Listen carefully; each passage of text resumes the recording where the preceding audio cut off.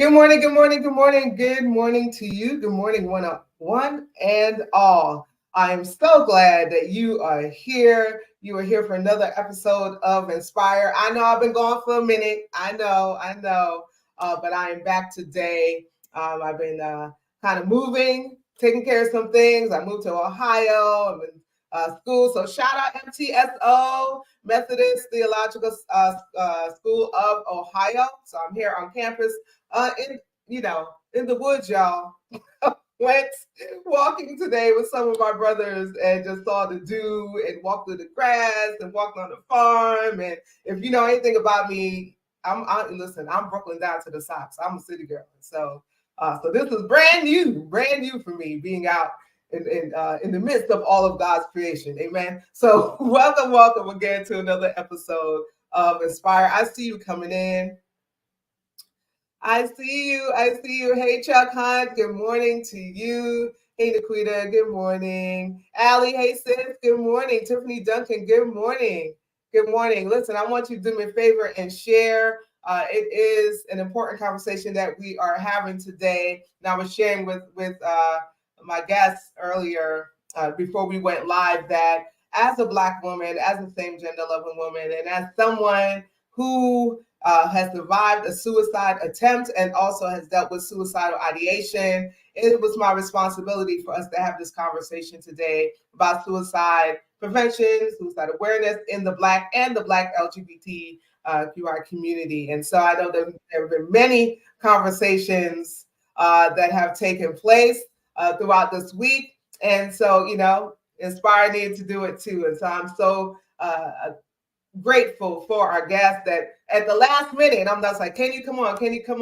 Thank you for all those of you who put your feelers out and tagged people in my posts so that we can have them here today. So before I introduce our guests, just want to do a little bit of, I didn't even tell you if you're here for the first time. I'm not doing the thing right. So if you want to know, if you just joined us for the first time, you don't know who I am. You don't know what Inspire is all about. I'm your host, Sue A. Webley. I'm the founder of Cara Solutions, LLC, which is a full digital service agency that helps individuals and organizations navigate the virtual space with confidence. That is just one of the things that I do. So, I have 10 jobs. I'm not going to go through all the 10 jobs right now, but that's one of the things that I do. And Inspire is a live interview style broadcast on a mission to encourage, empower, and embolden individuals to create change in their personal lives, their communities, and in the world. And as our guests, entrepreneurs, influencers, creatives, and others share their testimonies, tips, and tools with us, we hope that you are inspired to elevate your mindset, pursue your dreams, and to do, as the late Dr. Katie Geneva Cannon put it so eloquently, the work your soul must have. We are live right now on Facebook, LinkedIn, and YouTube. If you have joined us for any amount of time, we used to be on Twitter, and I exited out. That Twitter's name is X. I exited out. I'm not gonna hang out on that platform anymore. But I do want to invite you to connect, follow, like, subscribe. We're at Cara Solutions LLC on Facebook, Instagram, and YouTube, and also Inspired by Cara on Facebook and Instagram. And as always, you can head over to our website at www.cara-solutions.com to find out all about what we do at Cara Solutions and to subscribe to our newsletter. Don't forget that hyphen in the middle. Also, if you would like to listen later, if you want to take it with you, if you want to catch up on any of our past episodes, you can head over to Amazon Music, Google Podcasts, and Spotify. We are Inspired by Cara on all of those platforms. Inspired by Cara and all of those platforms. And so y'all know what the next question is. What you drinking? What you drinking? What you sipping on today? What you sipping on? What are you sipping on? Is it coffee? Is it OJ? Is it water? Is it one of those fabulous smoothies? Is it something stronger? I ain't judging. I'm sipping on in my Inspire cup. Let me turn it this way. Inspire change. So thank you, Scott Michelle's Teas and Things for my tumbler. I'm having my mushroom coffee this morning. And if you've never had mushroom coffee, you are missing out. If you want to know what brand I drink, you can go ahead and hit me up after the broadcast, and I'll tell you which brand, because they're not paying me to advertise. Amen. All right, so let's see what you are drinking. What are you drinking? Come on, French vanilla cold brew with cashew milk. I love it. Hey, Minister Sandy Hudson, grand rising to you as well. What you got in your cup? What you got in your cup this morning? I'm of course going to ask our guests what they have in their cup, but y'all know, don't act new because I've been gone for a while. Tell me what you have in your cup. Tell me what you're drinking. Tell me what you are sipping on this morning. So again, I hope you're sharing. I hope you are sharing today because we're about to get into our conversation, about to introduce our guests. And Angela Harvey is a suicide educator and mental health advocate. Now, if you notice her name, this is her second time. This is her second time on Inspire, and she's coming on in a different capacity. Amen. And so I cannot wait for all of you to hear her story.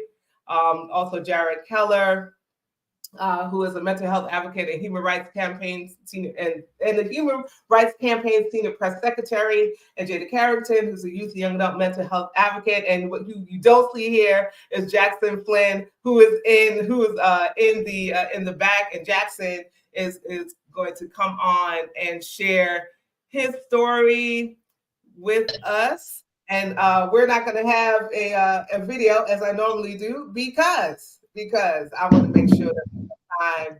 I'm going to mute you for a little bit, Jackson. Make sure that we have time for the conversation. And so I'm going to ask all of you to share a little bit about yourselves. Yeah, share a little bit about yourself. We're going to get to what you're drinking on in a minute. But I want you to share a little bit about yourself and what has brought you to this work of suicide awareness and prevention, and mental health advocacy. So we're going to start with Angela, then Jared, then Jada, and then Jackson. Good morning. Good morning to everyone. Hey to you all. I am Angela Harvey, and I'm a social worker by trade. I'm a therapist by education, but I'm a survivor by assignment and by Christ. And so my segue into suicide prevention in this arena came by my own attempt in high school. That was one of a few. And that's how I got here. That's how I landed here. And I'm so happy to be here. Thank you very much for having me. Thank you, Angela. Jared? Hi, everybody. Thank you so much, Sue, for having me. My name is Jared Denzel Keller. I am a mental health advocate, and I am the senior press secretary for the Human Rights Campaign, an LGBTQ plus nonprofit organization. And how I came to this work. So, thank you, Angela. How I came to this work. So I have struggled with suicide ideations, unfortunately, since about high school. Growing up Black and gay in Louisiana with religious parents can be very tough. It weighed on you. And so I struggled with that for a while. And then I lived in New York City for about 8 years. And the last few of them, I lived with my roommate. And roughly about 3 weeks after we moved out, Gary took his own life. And that really shook you up in a way that you can't plan for that or prepare for that. And it forced me to face some of my own thoughts on suicide. And so that's what led me here. It's been a crazy, scary journey, but it's been so empowering and helpful at the same time. Thank you, Jared. Jada?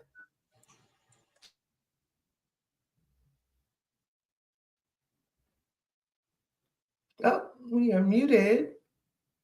You have to unmute your microphone. Hello? Yes. Hello, everyone.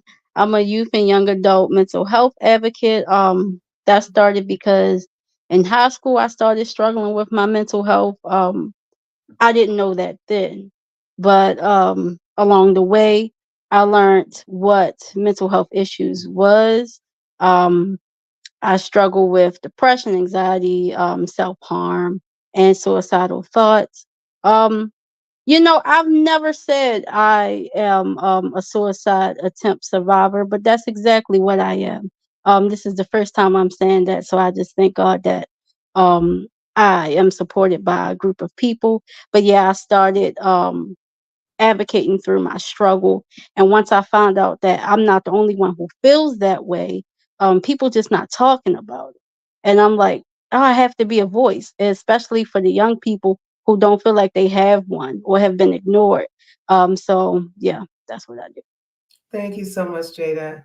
And Jackson, I know you're at work, so I thank you for joining us. Go ahead and unmute yourself. I think I muted you.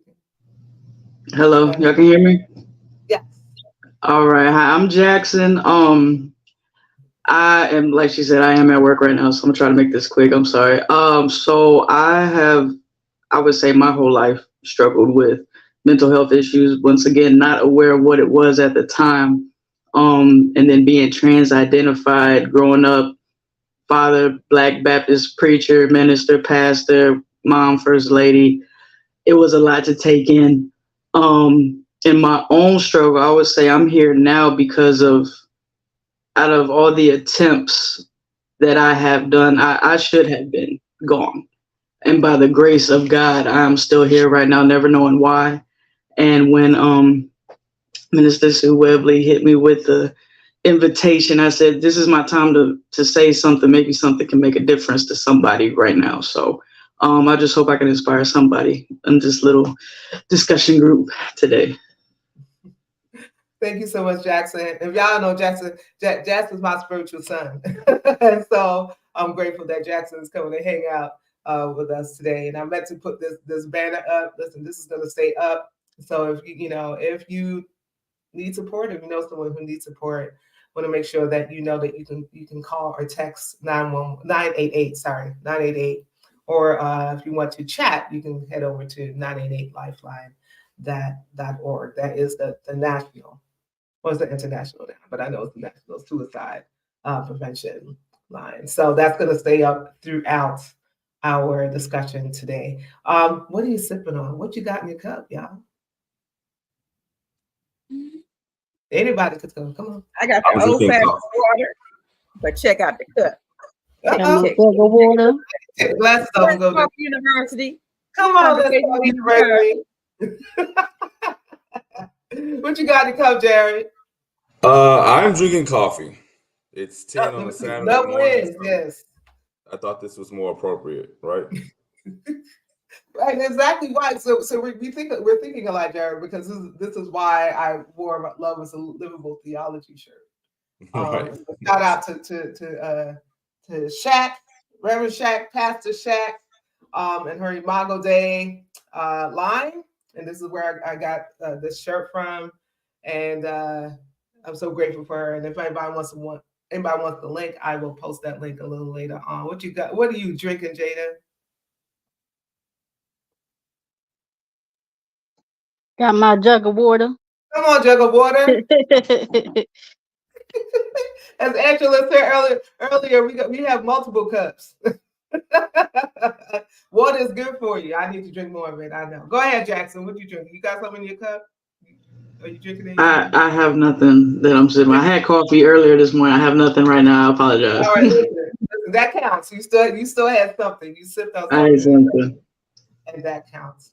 So let's get into our discussion today. So recent studies have shown that Black and African American individuals, specifically between the ages of 10 and 24, which is just so disheartening for me, saw the largest proportional increase in suicide rates, right, between 2018 and 2021. And so what would you say are some of the cultural or societal factors that contribute to this higher risk of suicide within the Black and Black LGBTQi communities?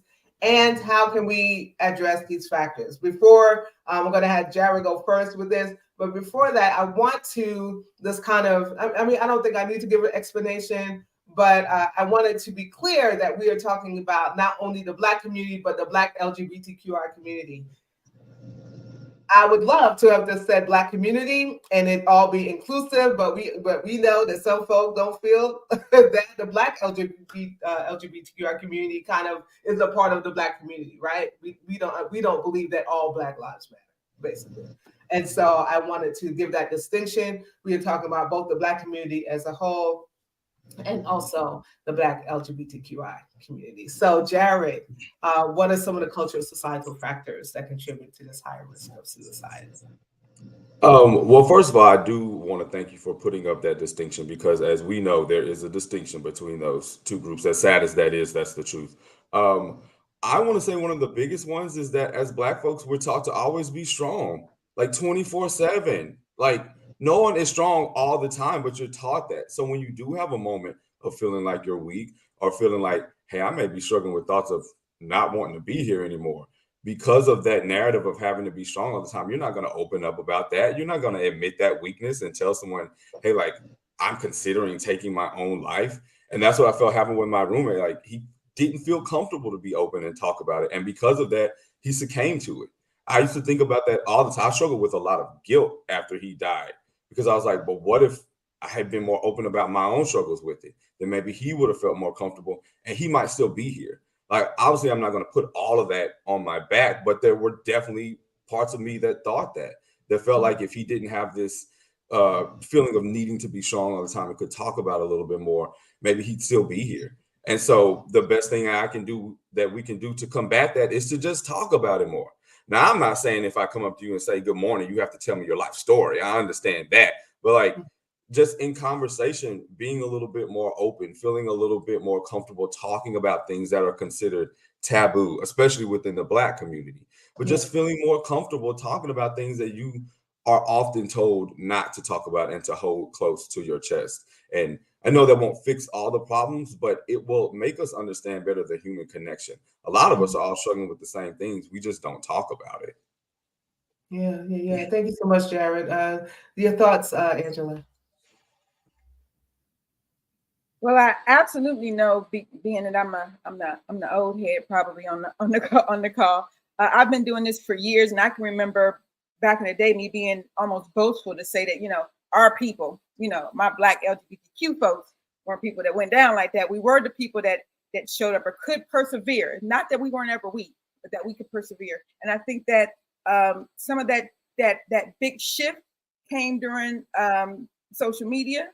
It came during where people really and truly, you could see what you didn't have because somebody else had it. You could see how somebody else was living because you weren't living that way. Those things absolutely do matter, but we don't want to talk about that. Came when there was the pandemic where people had to get one with themselves. Like the last thing many people want to do is to be alone with themselves. And that's what happened. And then people learning how to. So back in the day, we had encyclopedias. There wasn't a computer. So you had to go look stuff up that somebody put in the book. Well, now you can go on YouTube and find out how to take a pill, how to shoot a gun, how to do this, how to do that. At 10 years old, we're trying to teach people their multiplications, but they know how to hang themselves. They know how to take a pill. They know how to get a gun. They know how to, and those things, that's one of the reasons why what Jared said is so very important. And what Jada said was powerful. I had to write it down. She said, an advocate for my own struggle. Come on now, really and truly, but we have to get to that place where we're able to say, this is what I think is happening with me. And you go on and go on and go until you get to somebody who can listen, who will listen. And I think those things are very important. But yeah, those things, that's the social media and the stigma that comes with it, that we're not communicating about it, it's killing us, literally. It's killing us. Yes, thank you both so much. So Jackson and Jada, I know, and I know that both of you, in your bio, Jada, you talk about coming from this Christian perspective, and Jackson, you brought up your backgrounds, coming up under the Christian influence, right? With your parents being in ministry, and so, what role do you believe? I know all of us could answer this, but I want to speak to both of you. Both of you are young adults. So what role does religion play in what we're talking about today, in this conversation or the lack thereof, right, of conversation surrounding suicide prevention and suicide awareness? So we'll go with Jackson first and then Jada. Well, I would say for me, I ran for the longest. I refused to be a part of religion and church. And coming into my own, out of the experiences that I had, the feeling of not being worthy enough to be alive, or I'm not doing my part, or feeling like I'm not being the man of the house and taking care of my family during this pandemic, and not being able to really confide in anybody, or having a solid mentor, somebody that could understand. And then in thinking, okay, why is God even allowing me to have these thoughts right now? If what is the purpose of this? So in all of my attempts, and I mean, there have plenty where I should be gone, and there's a reason. So I had to come to that realization. Listen, I'm trying and trying and trying and trying and trying, and nothing is working. Nothing. As much as I wanted to, it was not happening. So there was something I had to find within myself. Okay, there's a reason why I'm here. Somebody else is going to be going through this struggle, and there's something that I can say or do that will help them up out of that situation. So I came back into religion after trying in my attempts, and even having better communication with my father now, and him and understanding, okay, it's not as black and white as it was back in the day. There's a lot more in-depth and understanding into it. And when I know, for me, just sitting down and basically kind of making my father sit here and listen, hey, sir, this is what's going on, respectfully. But as your child, I need you to hear me and understand where I'm coming from and try to help me through this. So it was a wave, a roller coaster of being in religion, out of religion, and being back now more on a spiritual aspect of, okay, I know there's a purpose for me. There's something that I'm here to do. So let me go ahead and start walking in that. That's where I'm at. Thank you. Thank you so much for sharing, Jackson. Jada. I think for me, like, if you know me, I grew up a church kid. That's just who I was. My grandmother brought me and my nephew to church. And so there's a lot of things I just, as an adult now, have to unlearn. But it was interesting coming up, because it was just like mental health, it just wasn't something talked about. Of course, everybody went through, but everybody went to Jesus for it. And I learned, throughout the process, that there's so many other resources than Jesus, and Jesus provides those resources. But it took a while to get there, to learn that. And even when I started struggling, it was hard, because I would kind of contradict myself, because I would say these things, but I kind of had a different ideology in my head. um I was telling people that, it's okay to struggle, like it's okay to, get help and all that stuff. But at the same time, I was still following the path of, yeah, but this is still a demon, this is this and that, because that's what I was taught. uh and being in that time, and it's crazy because during that time, that was my demographic during that time. And it's just a big identity thing, coming into who you are, but still having all these different factors in your ear. It's confusing. I am bisexual, and that's not even something that I could even consider. It's not even something I struggled with growing up. I just didn't even think that was on the table for anything, because personally, me, I accepted everybody, but at the same time, I can't be. um and you mix that with, now I'm struggling with depression and all this stuff that is also unacceptable. It's just like an identity crisis, and unfortunately, I felt that. And I can only imagine how many others feel that along the way, just because we're taught something that, like I said, we have to learn to think differently. Thank you so much, all of you. So, Tanya says in the chat, the church and its spirits has destroyed so many. And she's absolutely right about that. I have seen firsthand, coming up with different variations of the church. I've seen firsthand the destruction that could be rent on someone who is struggling with depression, struggling with anxiety, struggling with suicidal ideation.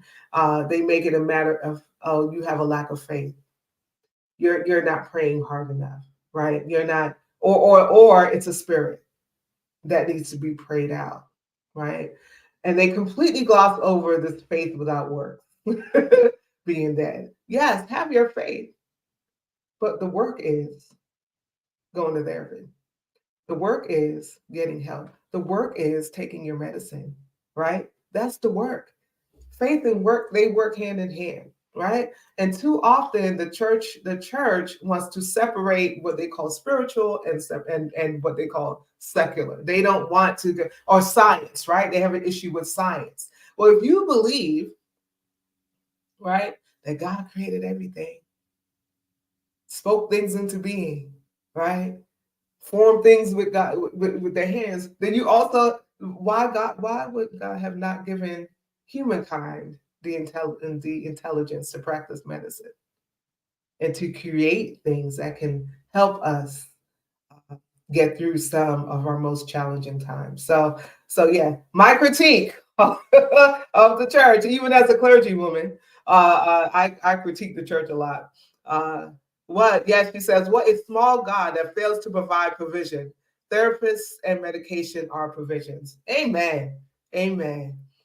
These judgmental churches wonder why the pews are vacant. Come on here, Chuck Hunt.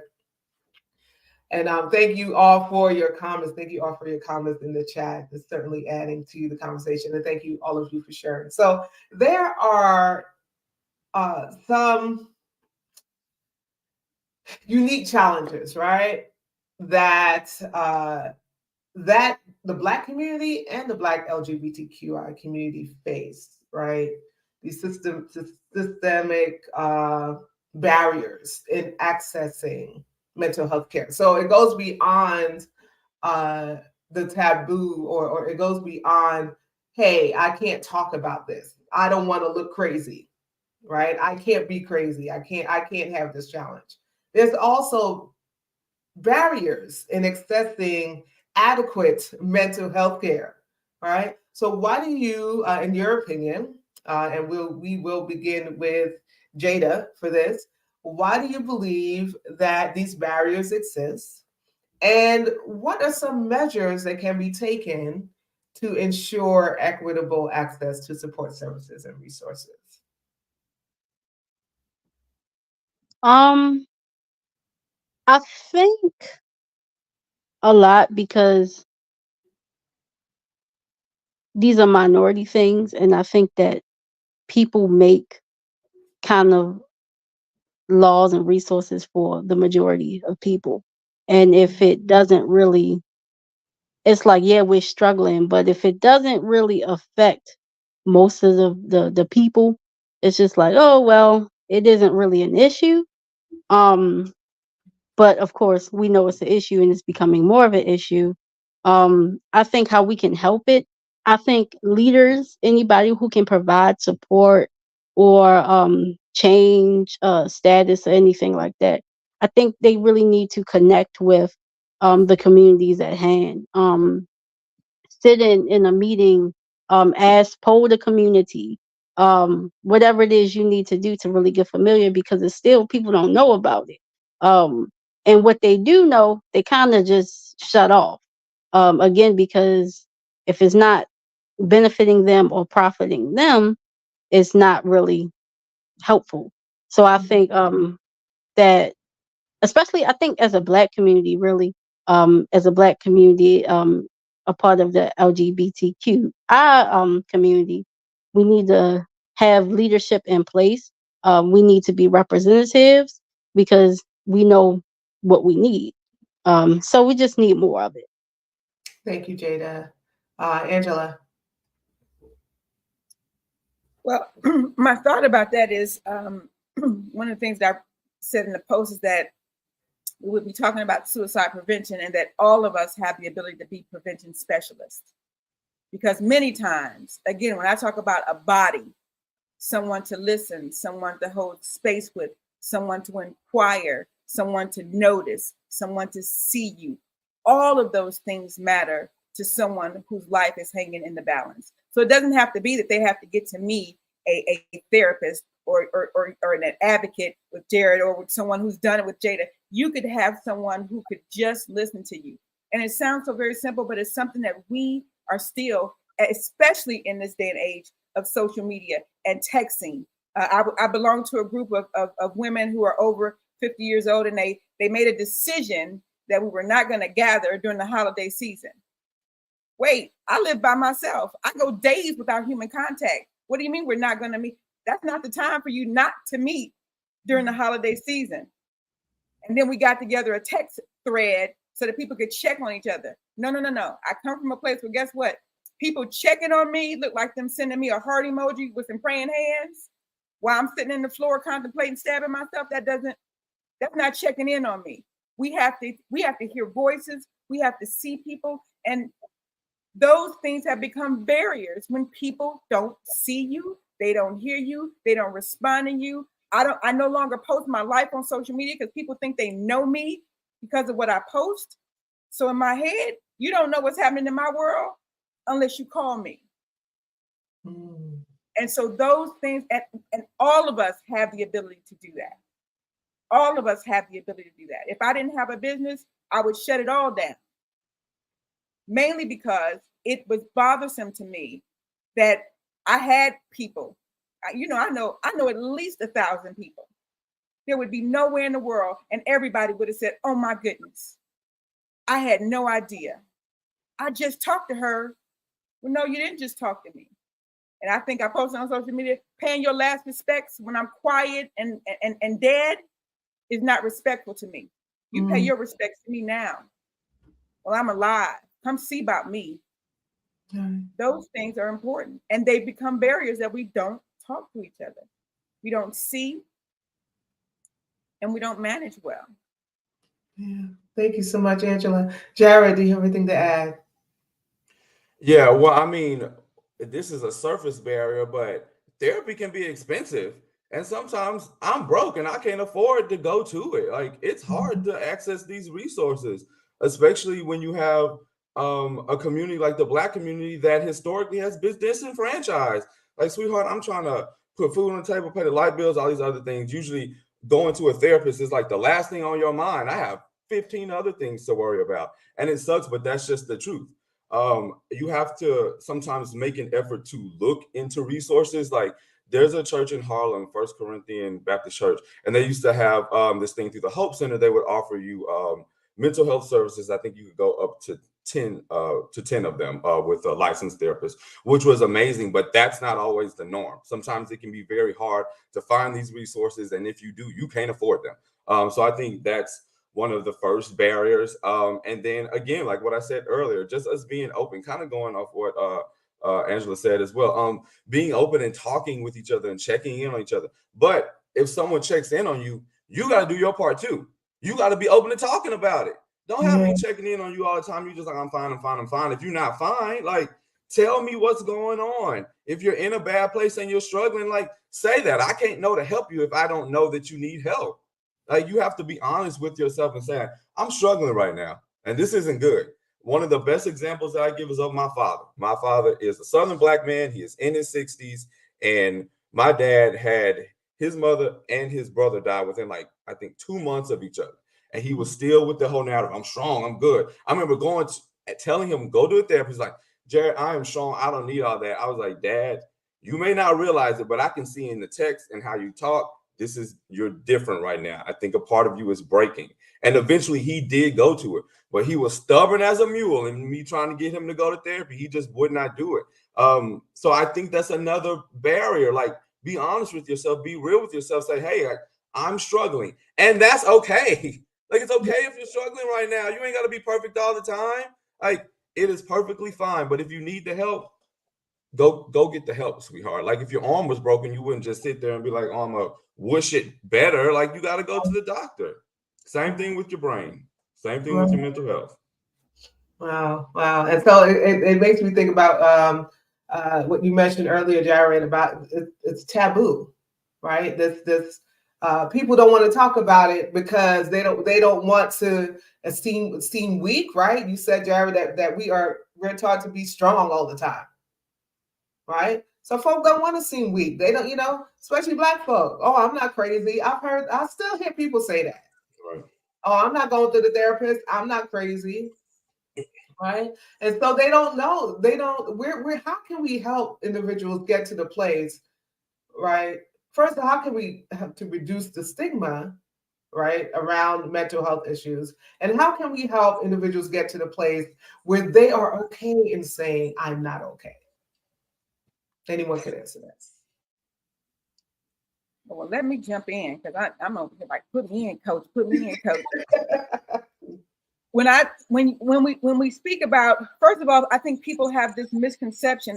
By the way, I hate the word crazy because we use that to sum up everything. And be clear that if misery loves company, we are all on the struggle bus. I don't know anybody that's not on the struggle bus for something.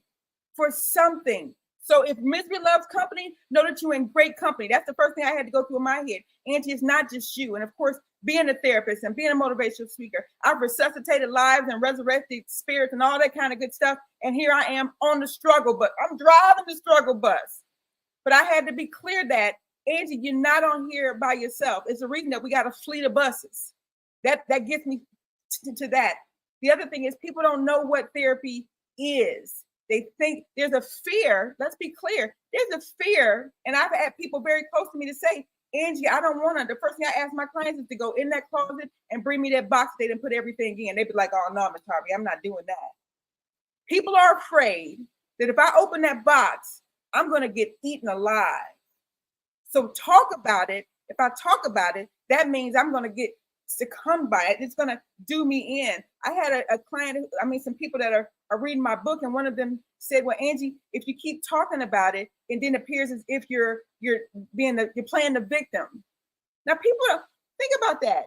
If I feel hurt and I feel hurt for a whole year, if I tell my story more than twice, then somebody thinks I'm playing a victim. No, therapy is talking. And I tell people all the time, Jared, Jada, and Sue could all be my therapist. Why? Because we just talking. It's me processing information. Jared giving me his opinion. Us therapists, we're not beyond anything that you are. So we're literally having to have this conversation. And I think people really and truly believe that telling first of all, we come from a culture where we not supposed to tell our business. It's your business. What happens in the house stays in the house. What happens inside of you stays inside you. And to me, let me be clear. Weakness is you being quiet. Weakness is you not saying something. It takes strength to show up and say, hey, I'm not doing well. God put me in the corner because he's like, no, baby, you're going to learn how to ask for help. I'm going to take everybody away. So you have to pick up the phone. You have to reach out. No, don't send a post. Don't send a text message. Use your voice. And I think those things are important that you have to know. But let me also be clear that you have to be prepared for when you're using your voice, people not being able to show up. And people don't show up or can't. I think they don't not show up, but I think they really and truly feel like if they can't fix it, if they know what they do, or you're triggering something in them. I had to learn it. I live in the deep water. People not coming to get my black butt. Oh, no. People kicking it at the kiddie pool. And if I can't come over to the kiddie pool, they can't come get me. So I have to be out here by myself, me and mine. And that's difficult. And so we all just need to get to a place with therapy. People are afraid, so let's not say, but why would you not go to therapy? Talk about why somebody doesn't want to seek therapy. Oh, because I think I'm crazy. I always use myself as an example. Please know that never see a therapist that doesn't see a therapist. So those things are important, but we have to be able to talk about it. This conversation is important because they see 4 strong people, powerful people. We got people writing speeches for people. Come on now. And if I could say this, if I could be this, if I could do this could happen literally to anybody, and it's probably happening to everybody. And be okay with that. Be okay with that. But that comes from within. So ask the questions about why. Not just say, oh, you should. Well, tell me why you wouldn't. Or give your example. When I go to my therapist, it's just about, I call it talk. I don't even call it therapy. Could you say therapy or anything like that, and people will run away? I used to tell people all the time in my workshops, If I called this a therapy session, none of y'all would come. If I called it a workshop and it's 100 people in the room, you have to be clear, but you have to use your voice. You have to use your voice. Ooh, thank you so much. Thank you so much, Angela. Listen, they're talking in the chat. Bishop Bonnie, good morning, Bishop Bonnie. Thank you so much for joining us. Says that she's a mental health professional. Says we need to change the language, right? And she also hates the word crazy. And she said, you are right. We are all on the struggle bus. Tanya says opening the door is a floodgate for some. Oh, this is so good. This is so good. So we are going to take a quick break. Before we take that break, I want to make sure that nobody else wants to respond to that particular question. Let me just check this. Yes. Anyone else want to respond to the previous question before we take a mini break? All right. Well, go ahead, Jared. I just wanted to hit on, it's actually something Jada said earlier about it being an identity crisis. I've never heard anyone explain it that way either, Jada. That was like really insightful. But it's funny, that's how I felt when I found out I had depression. Like when I first started taking medication for it, because I knew I had it when I was younger, but I wasn't 100% sure what it was. I remember when I first started taking depression, when the psychiatrist told me you need to take this medication, I broke down and I started crying because I was like, not me. Like, I'm not crazy. Like, I immediately went there. I was like, I'm not crazy. I don't need to be on medication for this. Like, it shook me because it's like, well, who am I? Jared Keller does not need medication. He is not crazy. He's not any of these things. And it was certainly an identity crisis. And I had to start shifting to being like, well, you are the Jared Keller that does have depression and needs a little bit more help. And so you need to take this medication for it. And so I did have an identity crisis that really struck a chord with me when Jada said that. But I've been in this place of now trying to find the new identity of who I am now. Like even doing conversations like this, I wouldn't have done this a few years ago. I was too embarrassed about what I was going through to openly talk about it. So it's been a scary journey, but exciting at the same time, and finding who I am in this space of my life, but also not letting depression or suicide ideation define who I am as a person. I'm my own brand of Jared Keller, and that's fine. I don't need to fit in the box of being crazy, not crazy, all of these things. I'm just happy to be on this mental health journey. Thank you. Go ahead, Jada. And I don't have much to say on that, but I do want to say, yeah, because I used to use they. I used to say like, yeah, they are going through that. They have this, they that, and then I realized that they is I too, is us, is we. So yeah, I agree. Woo, Jesus, so good. We'll take a quick break. And for everyone to get a sip of whatever they're drinking, and then we'll be right back. So thank you again for joining us today for this important conversation. I want to invite you again to connect, follow, like, and subscribe. We're at Cara Solutions LLC on Facebook, Instagram, and YouTube. We're inspired by Cara on Facebook and Instagram. And as always, you can head over to our website at www.cara-solutions.com to subscribe to our newsletter and find out all about what we do at Cara Solutions. As always, you can listen later if you want to catch up on any of our previous episodes, or you want to listen to an updated one, you want to take it with you, you can head over to Amazon Music, Google Podcasts, and Spotify. And we are inspired by Cara on all of those platforms. If you're an entrepreneur, influencer, creative, or other individual on a mission to inspire others like we are, we want you to be our guest. So visit us at our website again at www.cara-solutions.com/inspire. Don't forget that hyphen in the middle, or email us at inspire@cara-solutions.com. And we are going, it was a quick break, y'all. We are going to get back into our conversation. But as we go back into our conversation, here is something from Jared that he posted recently on Black men and suicide. The suicide rates for Black men are scary. And if you're struggling with thoughts of suicide, the last thing you want to do is talk about it. Because talking about it makes it real. You can't deny it if you acknowledge it, and that's terrifying. But admitting it to yourself is the first step to getting help. and it's okay to get help. Listen, I know that all of the shit life throws at you is tough and it can break you down, but you got this. You got this.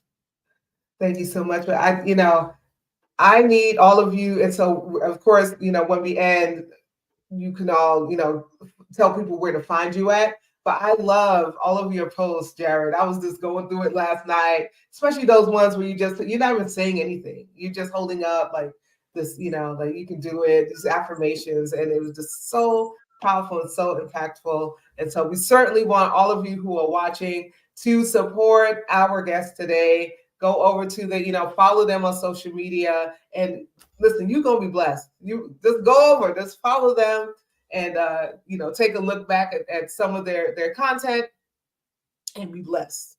Amen. So Black men, before we get to because we've been talking a lot about suicide ideation and all of that stuff. And so I do want to, you all to kind of give a definition of what that looks like.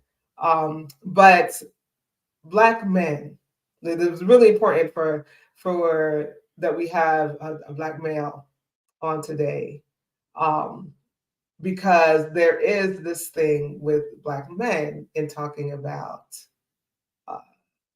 anxiety and depression and suicide ideation and stuff like that. So can you speak a little bit more to that, Jared?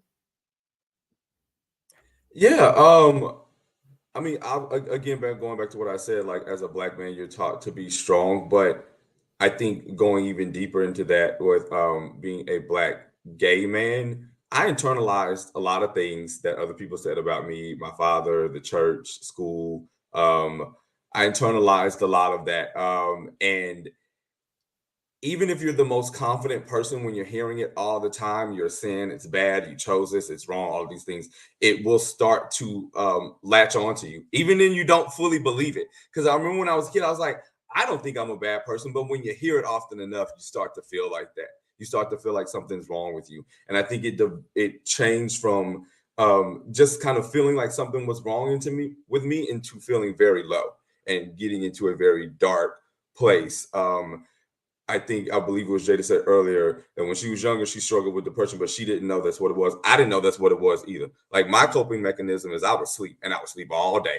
I would come home from school and I would sleep till like 10 o'clock at night. And I didn't really realize that was how I reacted to depression. I figured out later as I got older, like in my latter 20s, that that's what was going on. But I didn't know that when I was younger. So you take all of the things that are coming at me for being gay, then you add on all of the other things that come with being Black. It's intense. It's a lot. You're trying to balance all of it, but it's really difficult when everyone keeps telling you you're this and you're that, or you should be this and you should be that, and I should react or perform in this certain way, but then I can't be what you're wanting me to be. So I'm just scattered and I'm all over the place. And I think that only started adding even more hits to my depression and just sending me on a deeper and like lower spiral, to the point that it really got out of control. Now, like I said, I've struggled with suicide ideations for a while, but I always framed it in my head in a way that made it easier for me to kind of swallow that pill. I would never say I wanted to die or that I wanted to kill myself. I would always say, I wish it would all stop. I wish I wasn't here. I wish I could just take a break and it would all just stop for a minute. Because referring to it as what it was made it too real. Like I wasn't ready for that conversation. Like suicide was not a word that came out of my mouth because I was not ready to deal with what that even meant. So I would frame it in these, I don't know, odd or indirect ways because that made me feel more comfortable with it. But like I said earlier, when Gary, my roommate, died, I remember feeling like you need to face this. Whatever this is that you're dealing with, you got to face this because you don't want your story to end that way. But if you don't face it, that could be what happens. I just did not want to look at it. I kept putting it to the side, but his death was like, you got to face it. You got to be honest and real with yourself about what's going on. And that's tough, especially as a Black man. Like I'm taught to be all of these things, be strong, but not too strong. Like in my day-to-day life, you're told to be strong, but in the corporate world where you're one of maybe two Black people, or you're too serious, or you're too strong, or you're too this, or you're get in this weird space of trying to find like, well, what's the balance? I'm trying to find the balance, and trying to find that balance is making me crazy because there are all of these perceptions or ideas of what you're supposed to be. But it's kind of when I stopped trying to be all of those things, who I'm supposed to be as a Black man, who I'm supposed to be as a gay man, and just be Jared. That's when I feel like I found some type of like peace for myself. That I was able to navigate this or manage it a little bit better, because it's like I don't have to be within this box of what you think I'm supposed to act like as a Black man, or act like as a gay man, or fall into this idea of like heteronormative masculinity and all that stuff. Like, I'm just going to be me and I'm going to deal with this the best I can. And I would say, like, and I'm not really anybody to be giving anybody advice, because Lord, I'm a hot mess too. But for other men out there, just like, love on you, be who you are, not who everyone else is telling you to be, especially Black men. Because Lord, we get all of these tropes put on us, and you're supposed to be all of these things. Just be who you are and be honest with yourself, especially if you're struggling. It's okay to struggle. Don't push it off like it's just like, oh, that's just something that comes up every now and then. No, if it's come up enough, you need to deal with it. As a Black man, like, the world needs you here. They trying to take us out already. Like, don't be a part of it. Don't add to getting taken out. Like, help yourself. It's tough, but it's necessary. Sorry, Sue, I done got on a whole soapbox. No, that's right. It's okay. I know we are at the hour, but there's so much more to talk about. So, before I even ask this next question, because I think it's important that we define what suicidal ideation is, and also how someone can recognize the warning signs. Do you have a few more extra minutes? Can we go a little bit over that? And if you need to leave, you fine. As long as you're good with it, and everybody else is good with it, we'll continue. And so yes. So this is just so powerful. Angela, what is suicidal ideation, and what is it, and what are the warning signs? Because we talked about, especially Jared has talked about, his roommate, committing suicide. What are the warning signs of someone who is suffering from suicidal ideation, and how can we better identify them? Very good questions, because you hear most people say, well, I had no idea.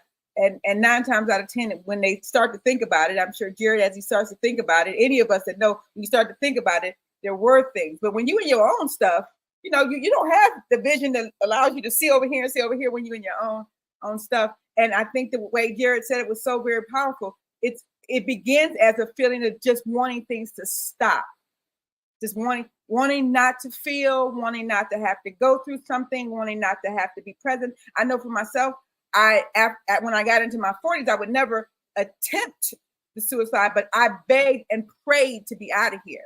Last July, January, I actually wrote all of my stuff out, everything, put it to the back door, and I prayed to God. God answers prayers. He don't need but one. I got it. God, take me out. I'm tired. Tap out. So the ideation starts as you just making every attempt to not feel. You're not wanting to feel. You're not being able to cope, not being able to manage your emotions. So it doesn't come across as this big thing that blows you over. It's these little things. And those little things then make us do things. It makes us withdraw. It makes us not respond to people when they reach out. It makes us go inward. Sometimes it makes us go outward, and we say things that are so blaring and blatant. And people go, oh, well, I'll say a prayer for you via Facebook, not calling your phone. It starts that way. And so some of the things to look out for are people withdrawing, people not responding to you. But the other thing is, I think that because we're so distant from other people, don't know when people are changed. I don't know when Jared's different because I haven't talked to Jared on the phone in 2 months. So his voice is sounding like this, and he's pausing and, may say he okay. And I tell everybody, okay is the new depressed. So when I ask you how you feeling, I'm asking for an emotion. Fine, okay, and good are not emotions. You can't manage anything that you can't identify. So when you come to me with okay, what do we need to do to upgrade that? Because okay is absolutely the new depressed, and okay is not an emotion. That's the reason my phone doesn't ring, because I really and truly do challenge people just in that way. Give me an emotion, because I can deal. If Jared calls me and say, I'm feeling sad, we're going to talk about his primary emotions. What led you to say it? Well, I feel abandoned. I feel not productive. I feel not enough. I feel all those things. Well, when Jared said, when you've been able to speak your truth, some of your truth is just identifying the real emotion you're feeling. If I call Susan and Susan says, I feel abandoned, I intend to abandon. She didn't have to say, I feel suicidal. She didn't have to feel like I want to be out here. I feel rejected. I can tend to reject it as a normal lay person. I can attend to, but when we can't identify the emotion and we can't get, which is emotional intelligence, if you can't identify it, be able to speak it, be able to ask for help and to be able to control it, that's a challenge. And so we absolutely need to get that. And again, some of the things you look for are things that are abnormal or things that are different. But a lot of times we don't know what different is because we've not been in contact with the person to know some of that. People start to give away things. I posted something last week, a couple of weeks ago, that said, hey, just know that if you're not paying respects to me now, because my homegoing is going to be an invite only. My executive knows to go through my phone. The top 25 people in my phone are the people that get invited. If you ain't called me, you will not see me dead. It won't happen. But be clear then that people are very resistant. That's not the good word. I take that back. People really and truly, they're in their own space. And if we're all on the struggle bus, guess what? I'm asking somebody that's struggling to notice me struggling. How we do that? How we do that? And if I do notice you struggling, I see a mirror before I see you. And then I see who I am not. And guess what? They ain't coming for you. Oh, it took these last 2 years for me to see that. For somebody to hear my struggle and then be triggered with their own struggle. So guess what? They stopped coming around. They didn't want to hear my story anymore. They didn't want to be bothered. And I realize now it wasn't anything that was vicious. It wasn't personal. People did what they needed to do to maintain themselves. So all I could do was to get stronger. I love what Jada said. I had to be an advocate for my own healing so that I can go get other people. So that I can be okay with sit with them. So I could be okay with seeing that mirror and not being so triggered that I can't be present with them. Those are things that need to happen. So it's a two-edged sword, because if we're all on a struggle bus, I'm asking somebody who's struggling to see me struggle and help me with my struggle. And you know what happens when you go get people out the water? They fighting you. And that's real talk. So some of us got to be advocates for our own self and get strong. And then Harriet Tubman, our way through this. I get well, I get free, and I'm going to go back and get my brothers and sisters and bring them to freedom. 2 at a time. And then have all 4 of us go get the 4 and bring back the 8. That's the way it's going to have to happen as far as I'm concerned. And that's what I'm doing. I think that's what we're all doing. We're going to get people right now. That's what we're doing. Freedom fighters, y'all. Freedom fighters. Freedom fighters. Listen. Ooh, so powerful. Thank you, Angela. And so, Angela, while you were talking, I wanted to ask Jada, because Jada, as a young adult, what do you wish? Let me see. I'm going to frame this question right. When you were struggling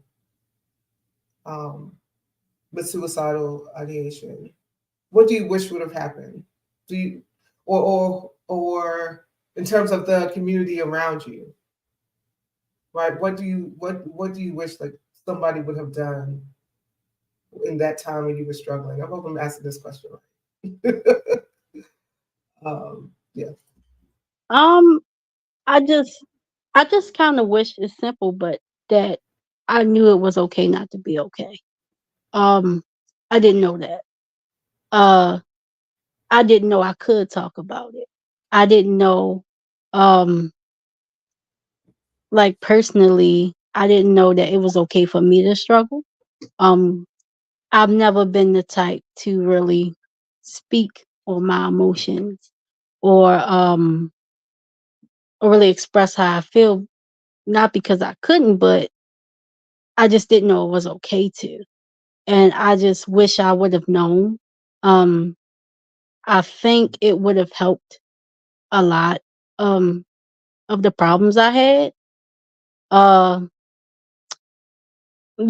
I just we're just not talking about it. that's just the issue. Because like I said, as soon as I started talking about it, it's like people out the woodworks, like people I know, associate, family members, friends, they're like, me too. And I'm like, me too?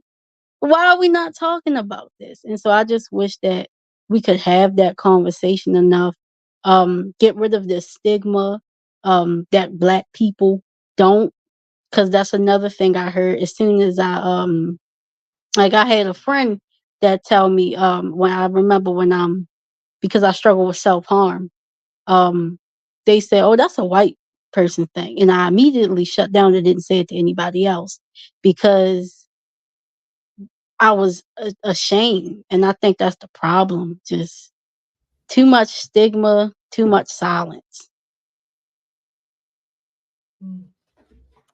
Thank you. Thank you for sharing.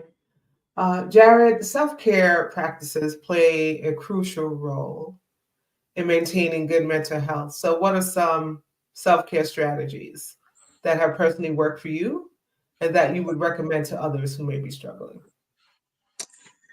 One of the ones I actually have a bit of a love-hate relationship with it, but it's the gym because Lord, there are days I do not feel like doing that. Most days I don't feel like doing it. But it is actually very helpful for me because I tend to carry a lot of my anxiety in my muscles, in my body. Like there are times I'm just sitting in the chair and I can feel my body is like this, and I'm like, Jared, like calm down, like loosen your muscles. So that's been very helpful for me because in an odd way, it's like I have to transfer the energy in my body that I'm using for anxiety and use it to lift those weights. So all of that energy is being forced out of me, which is very helpful. But another huge thing is community, like having your friends around you, especially like being a part of the Black queer community, being around people who just get it, who understand what you're going through even if they don't understand it on every level, there is a camaraderie that we have being around them, talking to them. I've said, in times when I feel really low, I completely shut myself off from the world. I don't leave my apartment. I don't do anything. And I've had friends that have been like, boy, get up and come on. We're going here. We're going there. Like, you need to be around folks. You need to talk to people. Even if it's nothing but just a bit of a distraction of what's going on in your life at that time. Sometimes you need that. So for me, the gym and then just having that sense of community around me, having good friends that have turned into family has been super, super helpful for me. Wonderful. Thank you so much. Angela, what are some self-care practices? Self-care, I love what Jared said about the exercise and the community. One of the things that I learned through some of the work that I'm doing is that people need to know that exclusion hurts. Exclusion hurts like physical pain. That's a scientific fact. When someone being excluded, one of the reasons why I had to jump off of social media is because I watch people do things around me in my community where I live, and I not be invited to different spaces, and that was hurtful to me. Self-care for me is me really and truly just having to connect with my best friend, God, because He has me alone and trekking this journey in this moment, I think, for a season. And that self-awareness is so very pivotal, to be aware of yourself. So I'll never let me down again. I will never stop at one person. If I go to somebody and somebody doesn't reach their hand back, I don't stop there and go, okay, then. So self-care looks like me showing up for me first, what Jada said, and I'm going to use it for the rest of my days now, me being an advocate for myself, me really and truly showing up for myself. And I keep a journal, and I color. Look at my little color. I got a coloring book that I just created. I was doing this one last night, and it says, I'm thankful for my therapist, and you should be too, because honey, there'll be a lot of dead people up in here. I color a lot. I color, and it's a way of meditation. It's a way of relieving stress. It's a way of me taking myself out of my head, because anytime I allow myself to go there, I'm a person not worthy of somebody's friendship, companionship, family relations, any of those things. And those things do matter. So those are some of the things I do. And medication can be your friend, honey. I heard Jared say, I was like, look at brother coming with the medication. I will tell somebody in a minute, honey, listen, I got to go do all of this. Where I used to come from a place where I wouldn't, and being okay with it allowing you to come to ground zero. It doesn't elevate you to the penthouse, but it brings you to ground zero. So then that way you can live from there. And so there's nothing wrong with being elevated to a place where you can have the opportunity to live life. And so there's nothing wrong with it. So if medication is needed, honey, I took it until I knew that I felt better. And that was all of 2019 and most of 2020 is when it happened. Thank you so much for sharing, Angela. Jada, what are some of your self-care practices? I write, I walk, learning to set the boundary of no is big self-care for me, because all I do is try to be a people pleaser and attend everything. But as soon as I say no, I am at peace. So I would say that's my biggest self-care thing, of learning how to set boundaries for many people and many things. Wonderful. Finally, what message?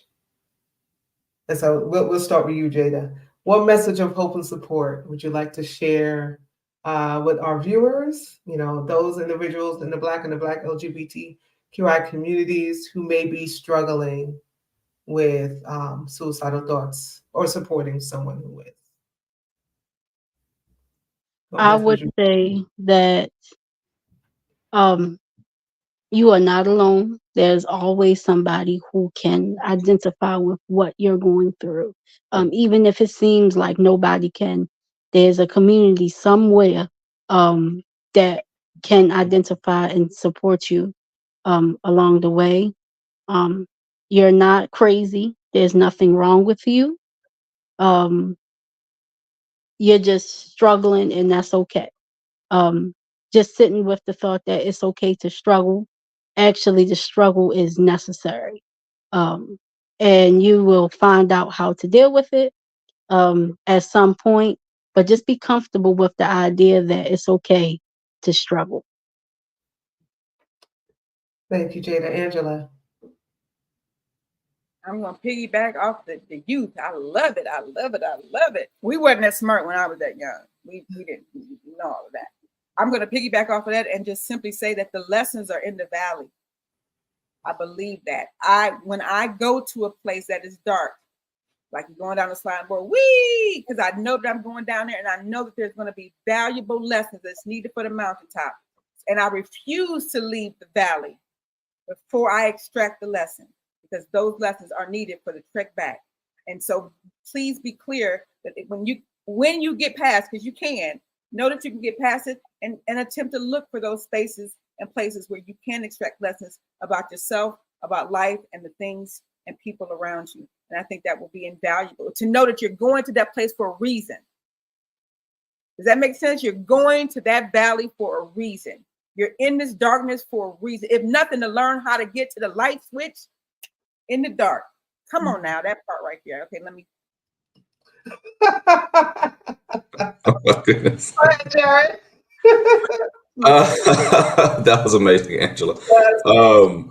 Kind of, again, a little bit piggybacking off of what Jada said. We're all a little bit messed up in the head a little bit. We all have trauma and things that we've been through. We all have stuff that like we still, wear on our shoulders from like maybe 10, 15 years ago. It's hard to let go of some of that stuff, but we are all a little bit messed up. So you're not the only one going through this. And it's okay to be in that space of feeling like, damn, I feel crazy right now. Like, it's okay. Like, we all have moments where we feel like that. But just knowing that it is okay to feel like that, because again, being honest with yourself about how you feel in that moment is how you learn to navigate those feelings and deal with it just a little bit better. And again, we're not alone. So many of us are going through the same things. Talk to each other about it. Be nice to each other above anything else, but talk to each other about what you got going on, because it will, although when you're going through those things that you're not alone, sometimes you can still feel that way. So just hearing someone else say, hey, I'm going through the same thing you're going through, makes you feel just a little bit better. Oh, thank you all for joining us today. Thank you, Jackson. I know that you had to go back to work, but thank you for hanging out with us earlier. Thank you, Jared. Thank you, Jada. Thank you, Angela. Jared, please tell the people how to follow you, how to get in contact with you. Yeah, so you can follow me on Instagram, TikTok, and Facebook at Jared with two R's dot Denzel, like Washington, Denzel. I'm always on there talking about my struggles and running my mouth about something, but you can find me on there. Angela, where can the folks find you? Angela Harvey Speaks on Facebook and on Instagram. I did start a TikTok following my codependency recovery journey. So some of that is on TikTok. And then Black Rainbow Love, which is the unmuting of our Black Rainbow stories. And Jada and Jared and Sue, I'm coming for all y'all. When God blessed me with this money, I'm coming for all of our stories. Because we are definitely going to unmute ourselves because it's powerful and needed. And then Black Rainbow Love. And then my Colorful Growth, which is the coloring book that I'm using as a fundraiser to raise funds for Black Rainbow Love. And it has some of my most famous sayings in it. And you saw one of them. And we're going to be in Washington, D.C., Black Rainbow Love and Colorful Growth at the end of the month at Art All Night. Oh, wonderful, wonderful. And Jada, where can the folk find you? You can find me on Facebook at Jada Carrington. You can find me on Instagram at JadaLove16. You may even want to spin over to my positive account.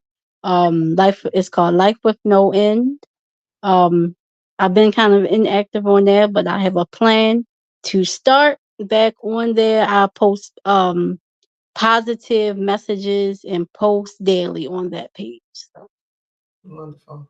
And if anyone wants to follow Jackson, it is Jackson Flynn on Facebook. Jackson Flynn on Facebook. Thank you all again for joining us. We are going to close out with a poem from Jada. And so I'm going to give the opportunity for Jada to introduce the poem as we get ready to close out. Okay, this poem is called Did You Know? I wrote it because I was struggling, but I also wanted to have something to advocate for other people as well. So yeah, that's the poem. All right, we're getting ready to watch that. Thank you all for joining us. Please, please, please be sure to still share even after we end. Share this broadcast. Someone needs to hear the words that were spoken by our guest today. And listen, I'm so grateful. I'm really emotional. Right now because I needed this conversation today. Remember, if there's you or someone you know needs support, call or text 988, or if you need to chat, 988lifeline.org. I look forward to seeing you all next week.